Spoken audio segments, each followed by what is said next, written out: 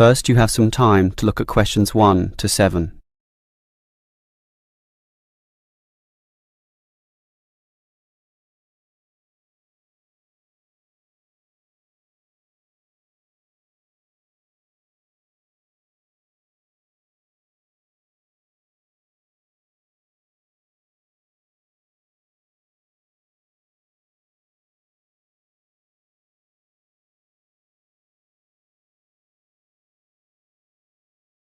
Now we shall begin. You should answer the questions as you listen, because you will not hear the recording a second time. Listen carefully and answer questions 1 to 7.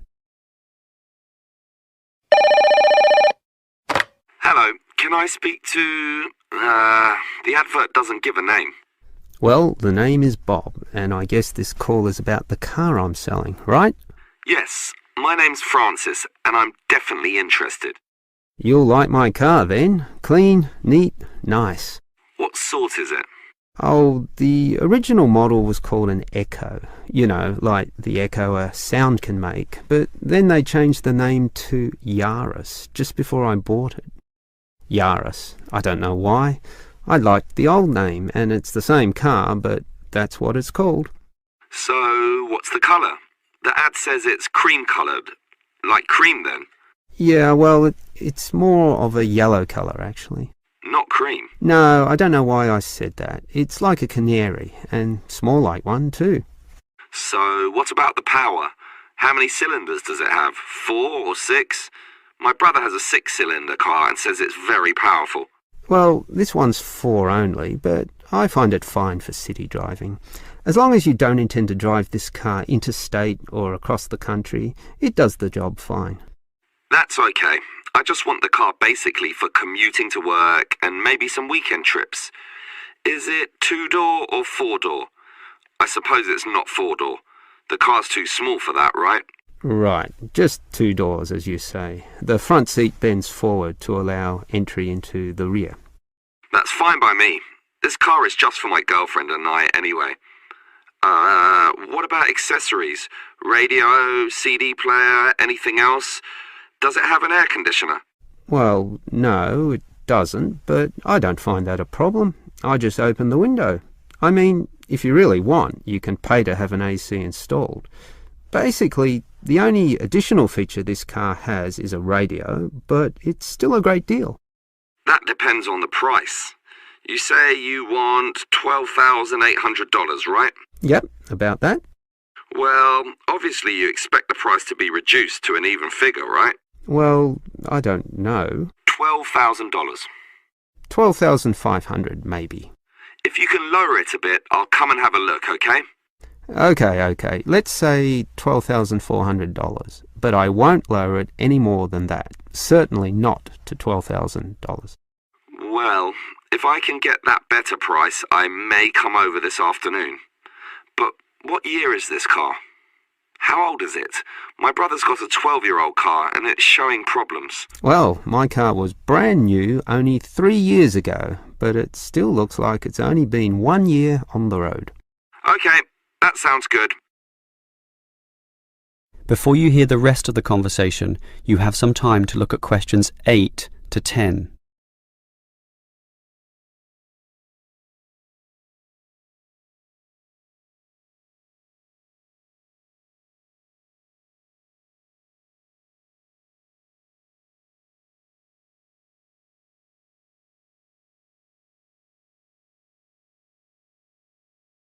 Now listen and answer questions 8 to 10. Can I just ask a few more general questions about this car you're selling? Sure. Can you just tell me why you think it's such a good deal? Of course, I won't necessarily believe you, but just tell me what you think. You can believe me. I honestly think this is a nice car, well worth buying at the price I'm asking. How much registration does it have left? To be honest, not so much, but I think having lots of registration is irrelevant. It's the car you're paying for, the quality and advantages of the engine itself. Well, what about that then? Okay, many people like to accelerate down the freeways, right? There are a lot of speed demons out there who think quickness is all that matters, but basically, people are mostly trapped in city traffic. So one of the things I like is that because this car is small, you can put it anywhere. Say you're in the city wanting to duck into a shop. Well, you can fit this car in any little space while you go shopping or do other things, and that saves you a lot of time. Yeah, but it's not that powerful, right? Oh, sure, the feel of a smoothly purring 6-cylinder engine attracts many people, but I compare my car to those small football players with the tight turning circles, those who can run rings around the larger players. This car is like that. It can turn this way and that way, dodge here, duck in there, sneak around corners, squeeze ahead and grab a position. That's also very useful when travelling in city traffic. Okay, I'll think about it. Sure, think about it, but all these advantages are sound and appeal to other buyers as well. No one holds the same car forever, so you can say exactly the same things that I just said when you want to sell the car. That will make it very easy for you to pass this car on to the next buyer. Yeah, maybe you're right. That is the end of part 1. You now have half a minute to check your answers.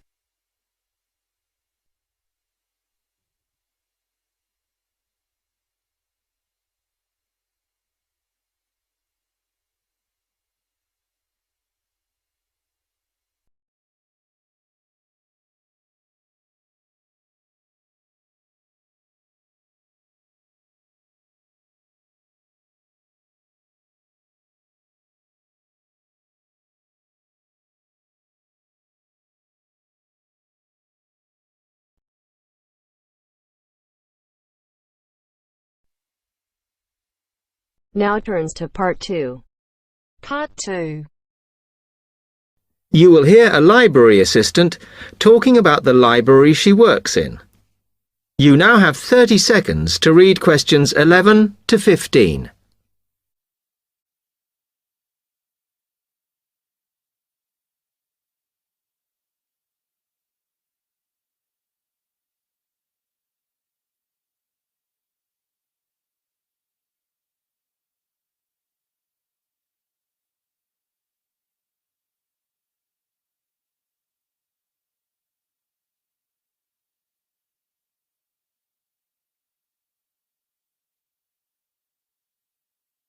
Hi, can I help you? Yes. I wanted to join the library. Okay. First of all, let me show you round the library and explain a few things for you. Okay, now we're here at the main entrance. You can see the reception, which is where you bring back and take out books. And also, we can order books and answer your questions there. Next to the reception, where you can see those old desks, is where we keep the magazines, because you can sit down and read there. They're divided into sections for sciences, geography, arts, etc. Then, at the back of the library, you can see the section for old books. Next to that is where the books proper start. That used to be the science section, but now on those shelves you'll find the art section. We had a big reorganisation in the summer, which I think has made it clearer. The numbering is standard, so you should be able to find what you want quite easily. However, if you can't find something, it probably means it's been borrowed. Okay, then in the corner next to the reference section is where we thought it was quietest and away from the phones and printers and things, so we've put the study desks there. They all have computer access if you need it for your laptop. We do ask that you don't just read magazines there, though. Okay, then there's the reference section, where you can look up the files.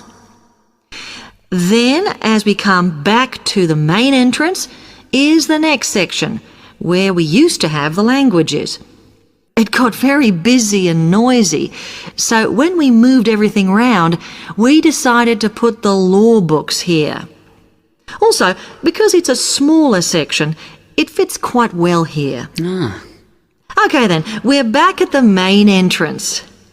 Over there, by reception, there's a door that goes to the extension. And we have further sections, such as languages and study desks through there. So you could have a look round when we've finished. Then, just between reception and the door here, is where we decided to put the computers. But the computer magazines are in the magazine section, as we found too many went missing here. OK, is that everything? You now have 30 seconds to read questions 16 to 20.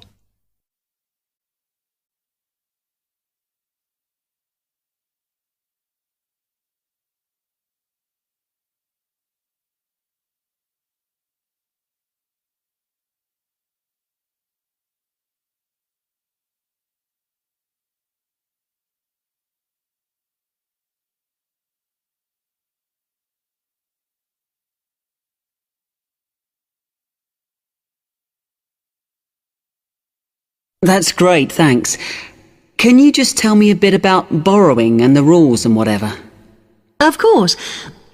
Over the last 2 months, we've been introducing a new system for this, and you can now take books out for 6 weeks. That's generally enough for most people. We usually get books back within 30 days.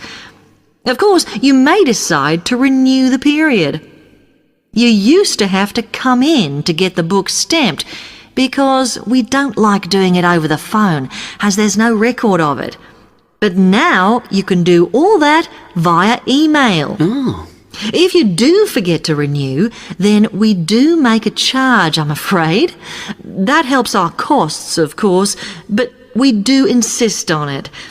The good news is that there is only one charge. I know some libraries charge £1 for 1 week and then it goes up with each week it's late. We ask for £1.50 as we think that's high enough to stop people being overdue. The other thing you may want to know is what you do about books that are not on the shelves. We do have a system for reserving them. All you have to do is fill in a yellow form behind those blue ones on the desk and give it to someone at reception. We'll let you know when it comes in. Also, sometimes you will need a journal article that we don't have but can get from other libraries. So we offer an ordering service if you need it. Now, if you'd like to fill in this form here.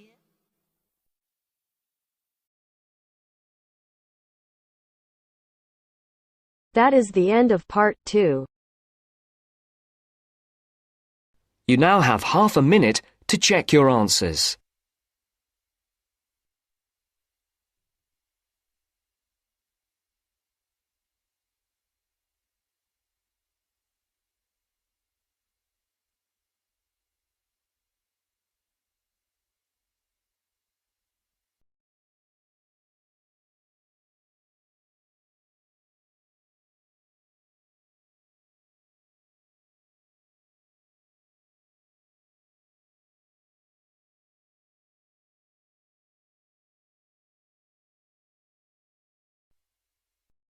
Now turns to part 3. Part 3. You will hear a conversation about tea between an expert and a reporter. You have 30 seconds to look at questions 21 to 24.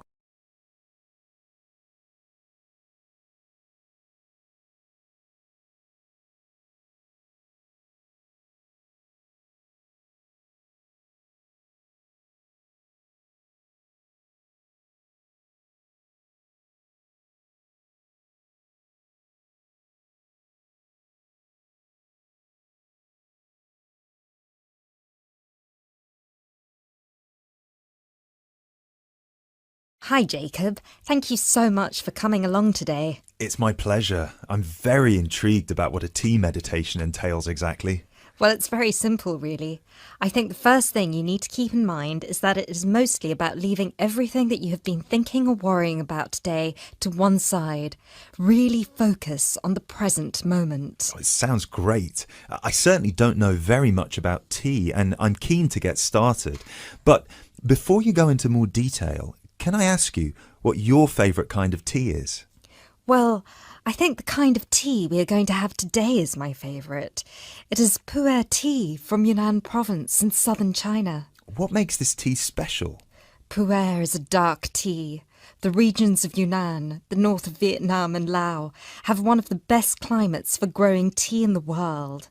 Pu'er is a post-fermented tea. Oh, what is a post-fermented tea exactly? It is a tea that has undergone a period of aging in the open air. They age the tea for days, even years. The exposure to humidity and oxygen help to oxidize the tea leaves and encourage fermentation.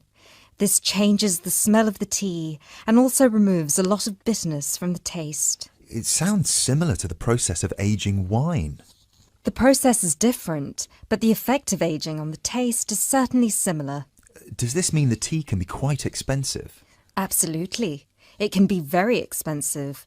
The tea is usually pressed into balls or cakes and sold. At one time, only tea enthusiasts cared about buying these cakes, but now many people have realised that they are an investment, and so buy them like they would buy gold, because the price goes up a lot over time.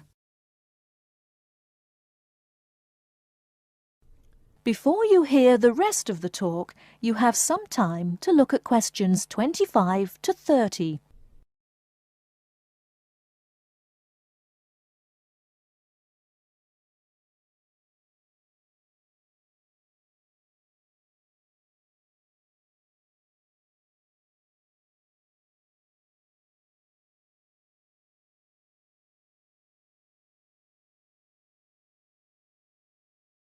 Now listen and answer questions 25 to 30. So now I want you to focus on clearing your mind of anything other than this present moment. Let go of any concerns. Okay, one slight problem. I will need to record our conversation, and I will need to take notes for the article. I plan to write about this for my newspaper. Is that okay? Oh yes, of course. Whatever you need. Thank you. I'll try to keep my notes to a minimum. Good. So, where was I? Oh yes, I think very few people really appreciate the complexity and variety of tea that exists in the world. Right. Most people are maybe like me and just use tea bags. Exactly. And with a tea bag, the tea is trapped inside and cannot move around freely. You can really taste the difference drinking a brewed tea that was free to move around through all the water. So, do you ever use tea bags? Never. There are many different kinds of tea: white, yellow, black, green, oolong, matcha, herbal and many others. Each one has its own unique properties. To fully experience what each tea has to offer, you must brew it in the correct way. I also believe in only drinking tea that is picked and sorted by hand, rather than using mechanical processes. Although it takes more time, the tea made by hand is so much better that it leads to an increase in the tea's sales. But in that case, surely if there is more interest in the tea, and with the time-intensive farming process, this means there could be shortages because the demand is higher than the ability to produce it. There were shortages for a while, but then an artificial fermentation process was developed in the 1970s, which helped to speed up the fermentation times. As I mentioned, this process has an aging effect on the taste of pu'er tea that is very similar to the effect on the taste of wine that you get from that fermentation process, though for pu'er tea today, we're talking about that artificial process. How can they do this artificially? The farmers gather the tea leaves into a big pile, then cover it with a large sheet or tarp. They spray water on the tea every now and then, and therefore fermentation happens faster. Usually the tea is left for 30, 45, 60 or even 90 days still. The farmer will check the tea every few days, and just by the feel of the tea, he knows whether it is ready or if it needs more time. Wow, that sounds like a fascinating process. I never realised that there was such a science behind producing tea. Well, now you are ready for the best part, the tasting of it. That sounds like a very good idea to me. So what I will do now is boil the water, and we can begin our meditation. What does that entail? We need to focus on only two things. The first is your mind and body. Forget everything that you have been worrying about today. Forget about what you have to do later on or what somebody said to you earlier. Focus on your breathing and on how your body feels. If you have aches and pains, acknowledge them.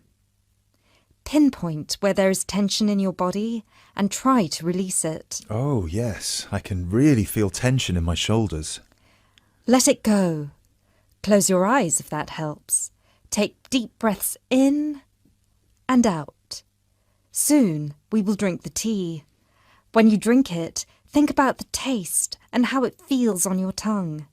Is it easy to swallow the tea, or do you need to gulp it? Can you brew the tea leaves more than once? Oh yes, you can brew some teas more than 10 times. Now we will shift to noble silence, focusing only on ourselves and the tea. Enjoy.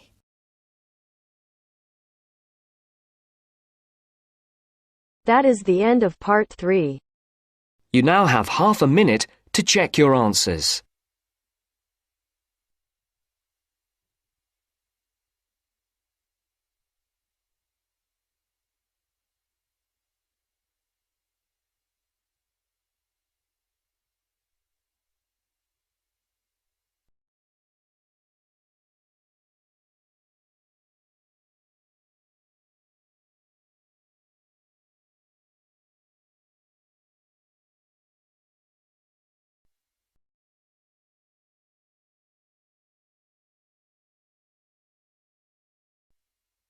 Now turns to part 4. Part 4. In this section, you'll hear an interview on IQ tests. First, you have some time to look at questions 31 to 40.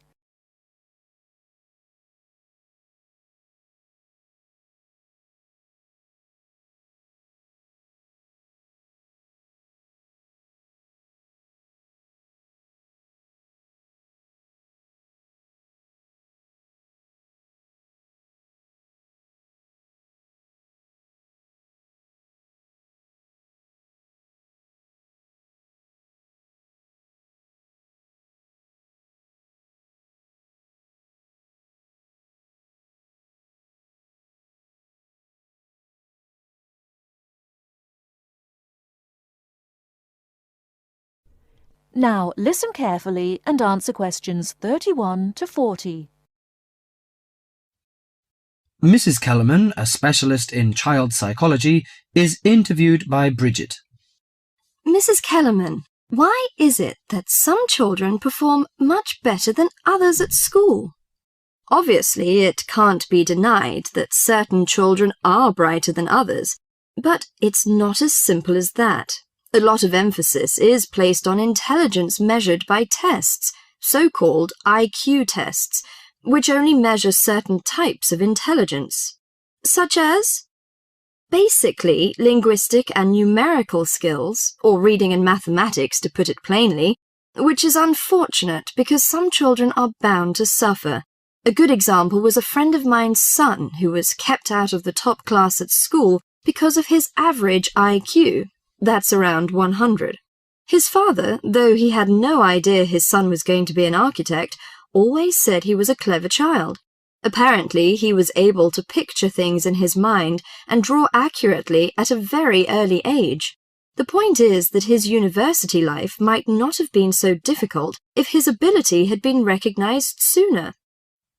What you're saying, then, is that some children have abilities that are not easy to measure, that aren't appreciated by many schools. Precisely. And if these schools are not spotted sufficiently early, they cannot be developed. That's why, in my view, there are so many unhappy adults in the world. They are not doing the things they are best at. What are those other kinds of intelligence? How can we recognize them in our children? Well, take musical talent. Many children never get the chance to learn to play an instrument, but while they might not become great artists or composers, they may get a lot of pleasure and satisfaction. Musically gifted children are fascinated by all kinds of sounds, car horns, animal noises, and so on, and they can easily recognize tunes and sing them in key. How can a parent encourage them? Sing to them and teach them new songs. Buy a piano or even a cheap instrument such as a recorder. If you can afford it, send them to music lessons as soon as possible. Play recordings of different instruments to them. What about a child who is good at sport? Could that be described as a form of intelligence? Most certainly. We psychologists call it motor or bodily intelligence. These children move gracefully and handle objects skillfully. A child who finds it easy to take things apart and use various tools may well become an engineer with the right encouragement. We should give them models to make and take them to science museums. However, unless these children are also good with words and numbers, they will probably not do well in school examinations. Is there anything a parent can do to help in this case? Yes, it may be worth spending money on private lessons, but, hardly anyone is good at everything. In my opinion, a child should be judged on his individual talents. After all, being happy in life is putting your skills to good use, no matter what they are. That is the end of part 4. You now have half a minute to check your answers.